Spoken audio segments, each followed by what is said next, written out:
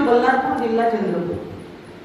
मला मायग्रेनचा प्रॉब्लेम होता आणि माझ्या छातीमध्ये पण धडधड करायचं आणि मी हॉस्पिटल गेले, जवळपास 55,000 रुपये माझे निघून गेले, पण मला आराम नाही झाला. असा एक फेमस डॉक्टर आहे सचिन भेदे, मायग्रेनसाठी मी तिथे पण गेली आणि चौधरी म्हणून आहे तिथे पण गेली, पण मला मायग्रेनचा प्रॉब्लेम सॉल्व्ह नाही झाला. नंतर मी ते भेदेची ट्रीटमेंट चालू असताना निवड सुस्तीच्या गोळ्या द्यायच्या, निवड झोपून राहायची, मी काम करायचे नाही, माझ्या परिवाराला खूप त्रास व्हायचा माझा.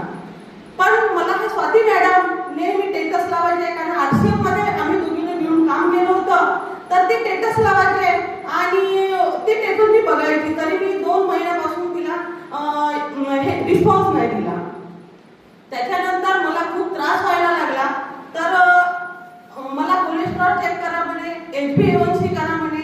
मला त्याची टेस्टसाठी 2,500 रुपये सांगितले होते, पण मी एक विचार केला की 2,500 न लावता मी हे अमृत ज्यूस 600 650 प्लस बिमारीवर चालते आणि जे मी हे अमृत ज्यूस जर घेतलं तर मला जो कोणता विकार झाला असेल, जो मला आजार झाला असेल, तो माझा हा अमृत ज्यूसनं बरा होऊ शकते. म्हणून मी ते टेस्ट न करता, टेस्ट करून पण मला शेवट दवाखान्यात जाऊन डॉक्टरची ट्रीटमेंट घेऊन मला खर्च त्याच्यापेक्षा डबल टिबल येणार होता. परंतु मी त्या स्वाती मॅडमला फोन केला आणि या अमृत ज्यूस बद्दल मी सांगितलं आणि ती म्हणे ताई तू एक वापरून बघ.